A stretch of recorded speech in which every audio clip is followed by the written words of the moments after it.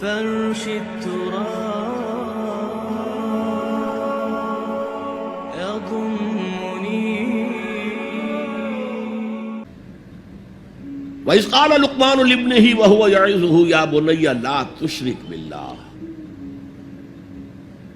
ذرا یاد کرو جب کہ کہا تھا لقمان نے اپنے بیٹے سے، اور وہ اسے واعظ کہہ رہے تھے، نصیحت کر رہے تھے. عام طور پر یہی خیال ہے کہ یہ انتقال کے وقت کی نصیحت اور وصیت تھی. اب ظاہر بات ہے کہ انسان اپنے انتقال کے وقت اپنے بیٹے کو وہی باتیں بتائے گا جو اہم ترین ہے اس کے نزدیک، اس کی زندگی کا حاصل ہے. دولت مند شخص اپنے دولت کا حساب بتائے گا، کہاں کہاں کس کس شکل میں ہے. حکیم انسان کے لیے اس کی حکمت ہی اس کا اصل خزانہ ہے، دولت ہے. تو اس حکمت کا خلاصہ اور لب لباب ہے جو حضرت لقمان منتقل کر رہے ہیں اپنے بیٹے کو. اسی کو اقبال نے کہا تھا کہ یہی ہے متاع فقیر، میرے قافلے میں لٹا دے اسے، لٹا دے ٹھکانے لگا دے اسے. میرے پاس جو حکمت ہے، جو بھی میں نے قرآن سے اخذ کی ہے حکمت، یہی کچھ ہے. ساقی متاع فقیر، اس اے ساقی متاع فقیر یہی کچھ ہے. میرے قافلے میں لٹا دے اسے، لٹا دے ٹھکانے لگا دے اسے. اب حضرت لقمان کیا کہہ رہے ہیں؟ پہلی وصیت، پہلی نصیحت، اللہ کے ساتھ شرک نہ کرنا. یہ بھی عقل کا تقاضا ہے. یہ پورا نظام کائنات کا اتنا مرکزیت لیے ہوئے ہے، اس کے اجزاء آپس میں اس طرح مربوط ہیں کہ یہاں کنٹرول کسی ایک ہی ہستی کا چل سکتا ہے، دو کا نہیں. دو کا ہوگا لفسدتا، اللہ کے سوا بھی کوئی الہ ہوتا تو کائنات میں فساد ہو جاتا. ایک کی مرضی یہ ہے، دوسرے کی یہ ہے. قرآن میں یہ بھی آیا ہے کہ پھر ہر جو الہ، ہر خالق اپنی شے لے کے علیحدہ ہو جائے گا. ایک ہستی ہے جو اس کائنات کو کنٹرول کر رہی ہے، ایک ذہن ہے جو اس کائنات میں کار فرما ہے، ایک حکمت ہے جو اس پوری کریشن کی پشت پر ہے. ایک قل هو اللہ احد. اب اس کے بعد پھر حضرت لقمان کی نصیحت. یا بنی انہا ان تک مثقال حبۃ من خردل. اے میرے بچے، انہا اس میں عمل کا معاملہ ہے. عمل سیئہ ہو یا حسنہ ہو، ہا کی ضمیر مؤنث آئی ہے. انہا نیکی ہو یا بدی ہو. انہا ان تکو مثقال حبۃ من خردل، اگر وہ رائی کے دانے کے ہم وزن بھی ہو، پھر وہ نیکی یا بدی. فتکن فی صخرۃ، کسی چٹان کے پیٹ میں گھس کر کیا گیا ہو، او فی السماوات، یا فضاؤں میں کیا گیا ہو، خلاؤں میں کیا گیا ہو، او فی الارض، یا زمین کے پیٹ میں کیا گیا ہو. یات بہ اللہ، اللہ اسے لے آئے گا. کائے کے لیے لے آئے گا؟ جزا و سزا کے لیے لے آئے گا. انسانی اعمال میرے بیٹے یہ جان لو ضائع ہونے والی چیزیں نہیں، ان کے بدلے نکلیں گے، ان کے نتائج نکلیں گے، ان کے بدلے مل کر رہیں گے. چھوٹی سی چھوٹی چیز بھی، رائی کے دانے کے ہم وزن بھی ہو. مثقال ثقل سے بنا ہے، ثقل کہتے ہیں بوجھ کو. تو اگر وہ رائی کے دانے کے ہم وزن بھی ہوگا تو کہیں نہیں چھپے گا. اسی لیے آیا تھا فَمَنْ يَعْمَلْ مِثْقَالَ ذَرَّةٍ خَيْرًا يَرَهُ وَمَنْ يَعْمَلْ مِثْقَالَ ذَرَّةٍ شَرًّا يَرَهُ. کسی نے اگر ذرے کے ہم وزن نیکی کی ہوگی وہ بھی اپنے سامنے پائے گا، اور ذرے کے ہم وزن کوئی بدی کی ہوگی وہ بھی سامنے پائے گا.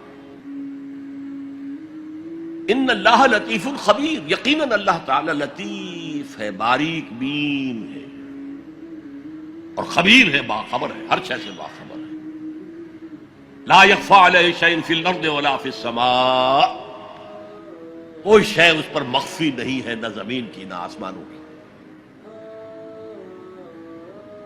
تیسری نصیحت، یا بنی اقم الصلاۃ وامر بالمعروف وانہی عن المنکر واصبر علی ما اصابک. اے میرے بچے، نماز قائم رکھ، اب نماز سے مراد کون سی نماز ہے؟ آپ اس سے اپنی نماز نہ سمجھیے. ہم سے پہلے بنی اسرائیل کے اندر کچھ اور نماز کی شکل تھی، ہمیں کچھ اور نماز کی شکل دی گئی ہے، ہمیں نماز کے اوقات اور دیے گئے، ان کے کچھ اور تھے. لیکن کیا شے مشترک ہے؟ اللہ کے ساتھ ایک لا لگانے کی شکل، اللہ کے ساتھ تجدید عہد کرتے رہنا، اللہ تعالی کے ساتھ ایک تعلق قلبی اور ایک ربط ذہنی برقرار رکھنے کا کوئی نظام ہونا چاہیے. وہ ستون مانو اسے، الصلاۃ عماد الدین. تو نماز قائم رکھ، میں نے ترجمہ رکھ کیا ہے، کر نہیں.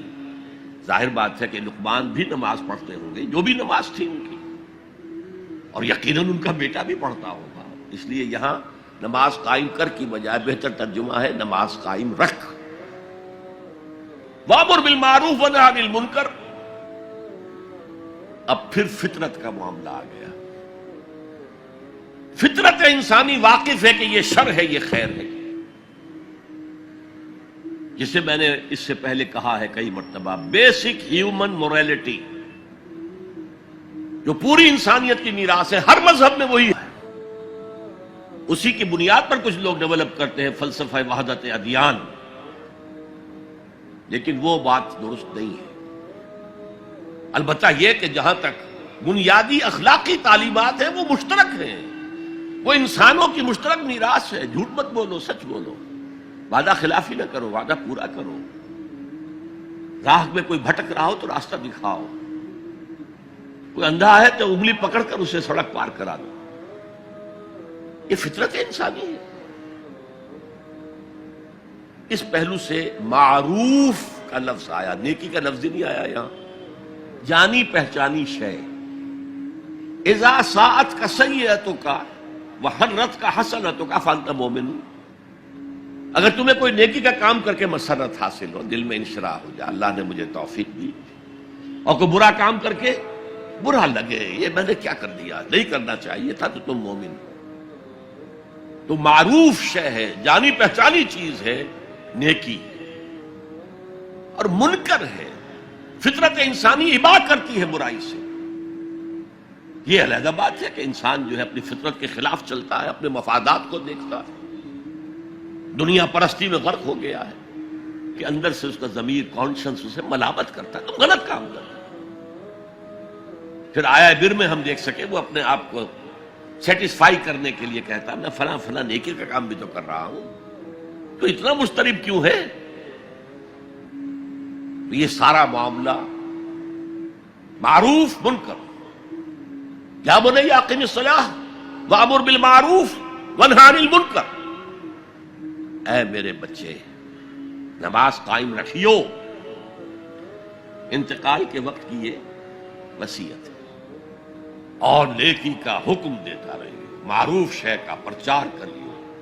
یہ وہی مضمون آ گیا سورۃ العصر کا، والعصر ان الانسان لفی خسر الا الذین آمنوا وعملوا الصالحات وتواصوا بالحق وتواصوا بالصبر.